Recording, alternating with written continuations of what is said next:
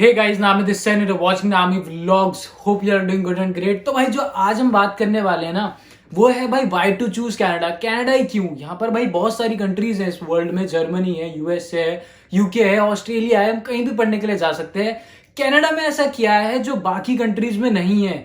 तो भाई अगर मैं सबसे ज्यादा इंपॉर्टेंट, सबसे ज्यादा महत्वपूर्ण और सबसे ज्यादा लॉजिकल बात करूं ना अगर कनाडा के बारे में, तो भाई वो है आपका पीआर, परमानेंट रेसिडेंस जिसे कहते हैं। जिनको नहीं पता, इसका मतलब ये होता है कि आप अगर इस कंट्री में आए हो या फिर आप किसी भी कंट्री में गए हो, तो आपको अगर आपके पास पीआर है, पढ़ाई करने के बाद आपने वर्क करा, अगर आपको पीआर मिल गया ना, तो पीआर का मतलब हो गया परमानेंट वहां के रेसिडेंस हो गए। आपको कोई भी कंट्री से वापस नहीं भेज सकता। अपने कंट्री, इंडिया से हो, पाकिस्तान से हो, कोई भी आपको वापस नहीं भेज सकता। आप लाइफ टाइम यहाँ पे रह सकते हो। इसको कहते हैं परमानेंट रेसिडेंस। अब ये कनाडा का बाकी कंट्रीज से क्यों डिफरेंट है भाई? अब हम लोग क्या होते हैं, हम लोग आते हैं मिडिल क्लास फैमिली से। हमारे लिए भाई 20, 25, 30 लाख रुपए ना बहुत ज्यादा मैटर करते हैं। हम लोग बिल्कुल भी मतलब 1% भी गलती नहीं कर सकते कि हम अपने फ्यूचर को रिस्क पे रखकर इतना पैसा लगा के आते हैं। ठीक है, अब क्या होता है, हमारा जो ये पैसा है ना भाई, हमने बहुत, हमारे घर वालों ने बहुत मेहनत के साथ कमाया है। तो फिजूल में रिस्क नहीं लेंगे हम लोग कि भाई कल को जाके सब बर्बाद हो जाए, हम लोग घर में रह जाएं और वापस मतलब पढ़ाई करने के बाद घर वापस चले जाना पड़ जाए। ठीक है, ऐसा हम बिल्कुल नहीं हो सकता। तो हम ऐसा क्यों ना सोचे कि भाई हम लोगों का फ्यूचर एकदम मस्त कर सेट हो, भाई कोई दिक्कत ही नहीं आएगी कल को जाकर। अब कनाडा में क्या होता है, कनाडा में आपने 2 साल की पढ़ाई करी, उसके बाद 3 साल का वर्क वीजा मिलेगा। अपने पॉइंट्स पूरे करे, आप पीआर के लिए अप्लाई कर सकते हो।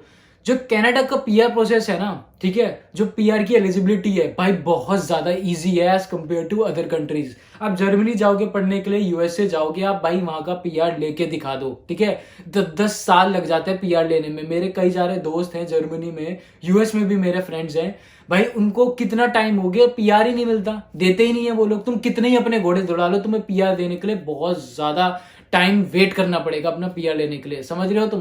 कनाडा में तुम 4 साल बाद ही तुम पीआर ले सकते हो। अपने तुम्हारे हर बंदे के पॉइंट्स पूरे हो ही जाते हैं। इक्का दुक्का, कोई 100 में से इक्का दुक्का होता होगा जो वापस घर जाता होगा बिना पीआर लिया। बट यहाँ पे 10, 20, 30, 40, 50, 60 तरीके मिल जाएंगे पीआर लेने का, लेकिन पीआर आप ले ही लोगे। तो कितनी बड़ी बात है ये। तो भाई ये पीआर के लिए कनाडा बेस्ट है आपकी। अगर आपको फ्यूचर अपना सिक्योर करना है तो कनाडा से ज्यादा सिक्योरिटी आपको किसी भी कंट्री में नहीं मिलेगी। अब भाई moving further, I am talking about the second most important part, कि यहाँ की जो स्टडीज हैं वो डिफिकल्ट हैं या फिर इजी है। अब भाई एज कंपेयर टू बाकी कंट्रीज, जर्मनी की पढ़ाई देख लो, यूएसए की पढ़ाई देख लो और ऑस्ट्रेलिया की पढ़ाई देख लो।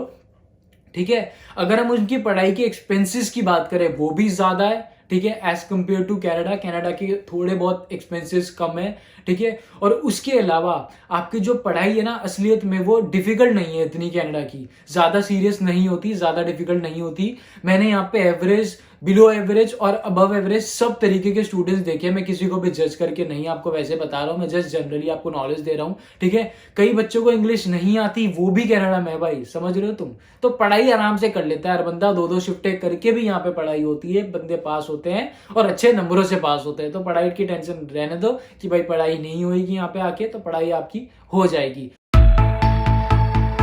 भाई अब जो सेकंड पॉइंट मैं आपको बताने वाला हूं ना, जो बहुत ज्यादा बेनिफिशियल है, वो भाई सब लोगों के लिए, जो मिडिल क्लास वाले है ना, जिनके पास पैसा नहीं होता, उनके लिए बहुत ज्यादा मैटर करते हैं। मेरे लिए भी बहुत ज्यादा मैटर करते थे उस टाइम पे। ठीक है, अब अगर हम बाकी कंट्रीज में जाना चाहते हैं ना, तो भाई हमको क्या होता है, बैंक स्टेटमेंट दिखाने पड़ते हैं। ठीक है, वो भी 6-6 मंथ पुराने। अपने अकाउंट में पैसे दिखाओ भाई, 10 लाख रुपए चाहिए, 6 लाख रुपए आपको दिखाने हैं, 15 लाख रुपए आपको दिखाने हैं, 6 मंथ पुराने।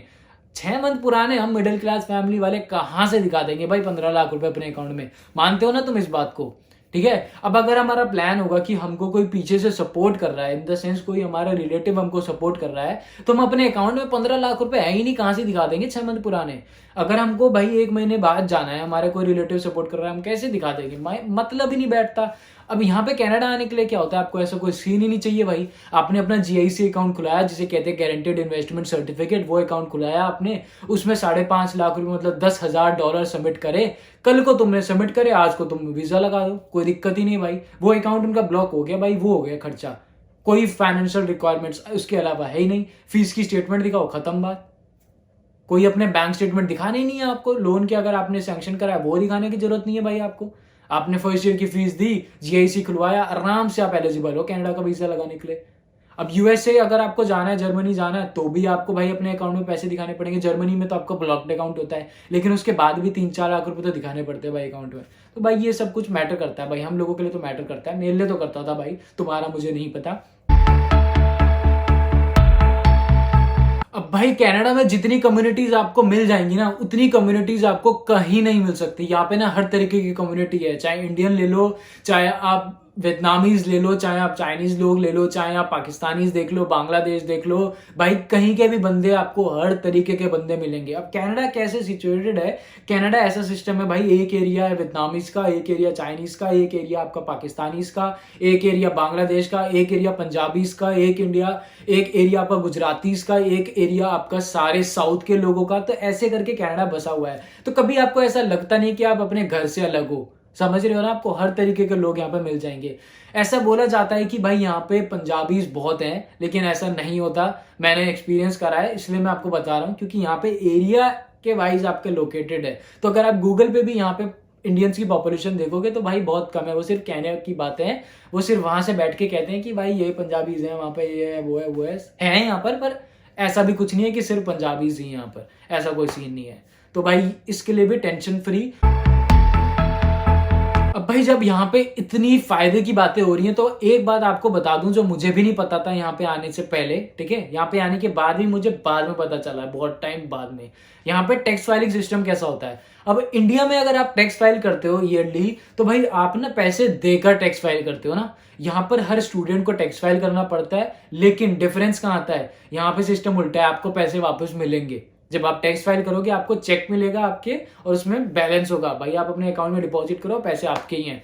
जैसे मैंने यहाँ पे टैक्स फाइलिंग करा था अभी पिछले महीने, तो भाई मेरा चेक आया था कुछ $1,000-1,200 का, तो मस्त करके मैंने अपने अकाउंट में डिपॉजिट करा और बैठे बिठाए खाए हैं, समझ रहे हो तुम। तो यहाँ पे सिस्टम उल्टा है, सोचो कितना बेनिफिट है, स्टूडेंट्स के लिए भी ऐसा है भाई। तो क्यों ना हम कनाडा चुने। उसके बाद अगर हम एक और बेनिफिट कनाडा के बारे में मैं बताऊं, तो भाई वो है यहाँ का जॉब मार्केट। जॉब मार्केट यहाँ पे है, ठीक है, अच्छा है, जॉब्स आपको मिल जाएगी।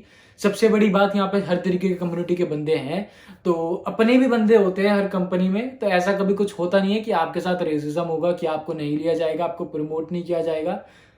ये थोड़ी बहुत चीजें हर जगह चलती हैं, पर इतनी नहीं है कि आपको जॉब नहीं मिलेगी। यहाँ पे जॉब अपॉर्चुनिटीज बहुत ज्यादा है, पैसा बहुत है, कमा सकते हो, अपना फ्यूचर सिक्योर कर सकते हो तुम, अपने बच्चों के लिए फ्यूचर, अपने माँ बाप के लिए, सबके लिए फ्यूचर सिक्योर कर सकते हो तुम यहाँ पर, ठीक है। थोड़ा टाइम पढ़ाई करोगे, उसके बाद तुम एलिजिबल हो जाओगे अपने घर वालों को यहाँ पे बुलाने के लिए, यहाँ पे बुलाओ, मजे करो अपने, उसके बाद अपना घर लो और गाड़ी लो और ऐश करो, ठीक है। हाँ तो भाई लोगों, अब बात करते हैं हम लोग यहाँ की गवर्नमेंट की। यहाँ की गवर्नमेंट भाई कितनी सपोर्टिव है। कोविड को ना 1.5 साल हो गया और आज तक सब लोगों को $2,000 मिल रहे हैं। सब लोगों को तो नहीं मैं बोलूंगा, स्टूडेंट्स इंक्लूडेड बोलूंगा, ठीक है। यहाँ पे एक स्कीम आई थी CRB करके, ठीक है। उसके लिए जो जो एलिजिबल था ना, जिसने अपनी जॉब खोई थी, ठीक है, जो जो यहाँ पे काम कर रहा था, जिसकी जॉब खोई थी, सबको हर महीने $2,000 मिले थे भाई, $2,000, और अभी तक मिल रहे हैं।